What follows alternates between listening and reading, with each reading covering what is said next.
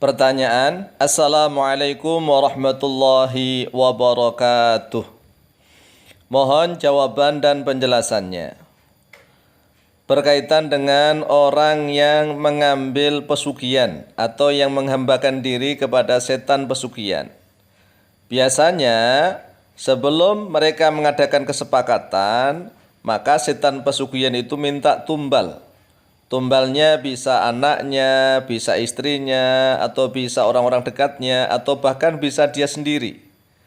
Pertanyaan kami, apakah benar orang yang mati karena menjadi tumbal setan pesugihan itu, arwahnya akan ditahan dan diperbudak oleh setan pesugihan?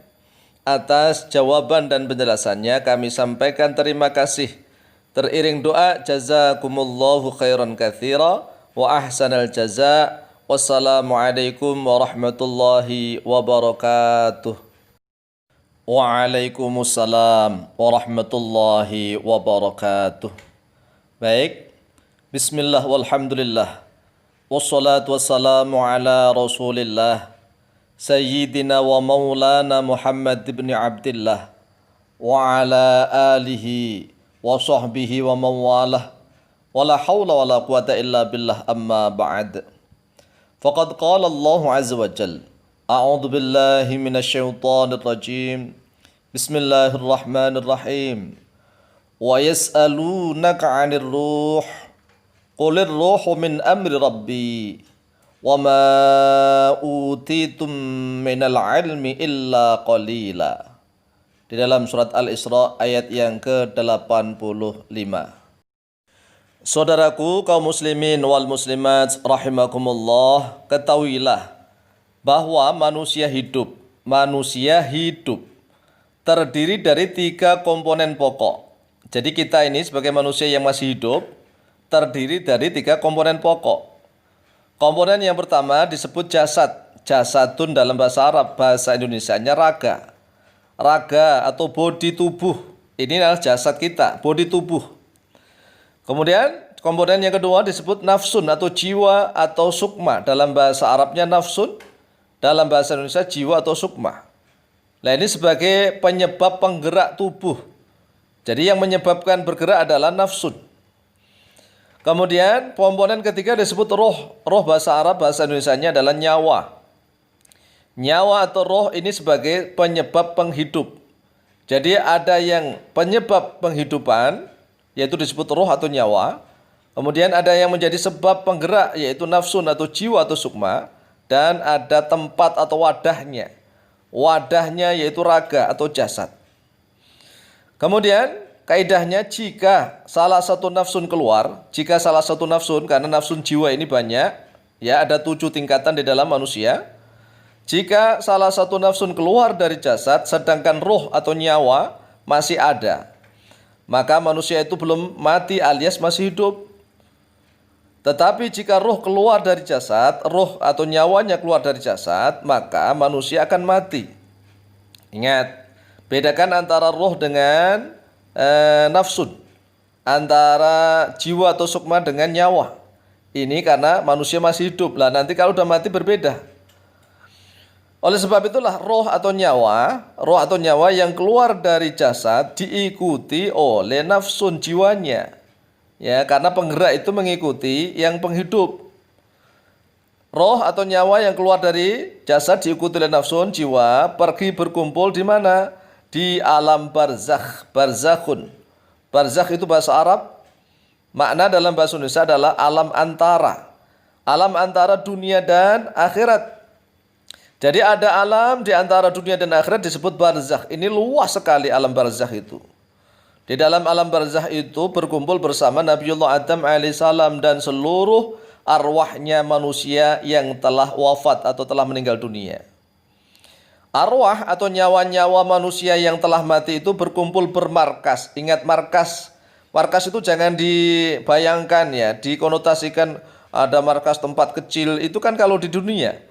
Ini markas yang artinya adalah alam barzakh. Bukan alam dunia, bukan alam akhirat. Itu namanya markas alam barzakh.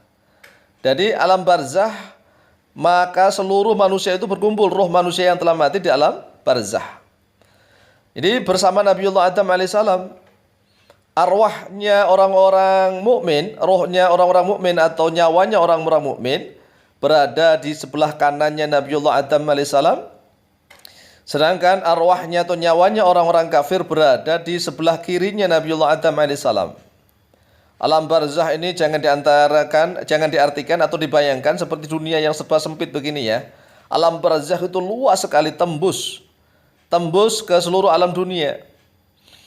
Karena alam barzah itu berada di antara alam dunia dan akhirat, maka semua arwah manusia, semua nyawa manusia yang berada di alam barzah itu mampu melihat apa saja yang telah diperbuat atau yang sedang diperbuat oleh manusia yang masih hidup di muka bumi. Ingat, jadi arwahnya orang-orang yang telah meninggal wafat itu berada di antara alam barzakh.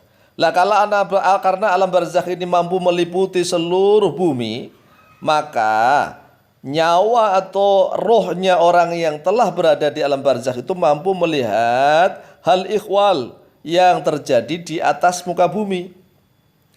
Sehingga nyawa atau rohnya orang yang telah mati itu melihat anak cucunya, melihat keluarganya, melihat teman-temannya, saudara-saudaranya, tapi nggak bisa menyapa, nggak bisa tembus karena beda alam. Lah, ada alam di atas muka bumi ini namanya alam barzakh, yang dia diberi kemampuan oleh Allah mampu melihat seluruh kegiatan yang ada di atas muka bumi. Sedangkan materi roh atau nyawa manusia itu lebih halus. Jadi ingat bahwa materi nyawa manusia itu lebih halus daripada jin dan iblis. Bahkan lebih halus daripada para malaikat. Hanya malaikat Israel saja yang diberi kemampuan oleh Allah Azza wa Jalla untuk mencabut roh atau nyawa manusia. Jadi hanya satu malaikat, yaitu malaikat Israel. Malaikat yang lain nggak ngerti, nggak tahu tentang roh manusia. Jika roh manusia lebih kasar daripada jin, ya, jika roh manusia itu nyawa manusia itu lebih kasar daripada jin atau lebih kasar daripada setan, demit, siluman, maka mungkin saja banyak roh atau nyawa manusia yang akan dicabuti oleh jin, cabut oleh jin seenaknya sendiri. Ya karena watak dan tabiat jin itu nakal. Jadi tidak mungkin sama sekali. Sehingga bisa kita pahami ya, bisa dipahami bahwa tidak mungkin roh atau nyawa manusia itu ditawan atau ditahan dan diperbudak oleh bangsa jin atau siluman. Itu nggak mungkin. Jadi pertanyaannya sudah terjawab kan? Nggak mungkin. Nggak mungkin setan atau jin pesugihan itu mampu menawan atau menahan, memperbudak nyawa manusia. Nggak mungkin. Tetapi kalau seandainya jasadnya mungkin bisa, ya, karena nyawa dan nafsunya sudah pergi dari tubuh, kemudian tubuhnya itu dibawa ke alam mereka.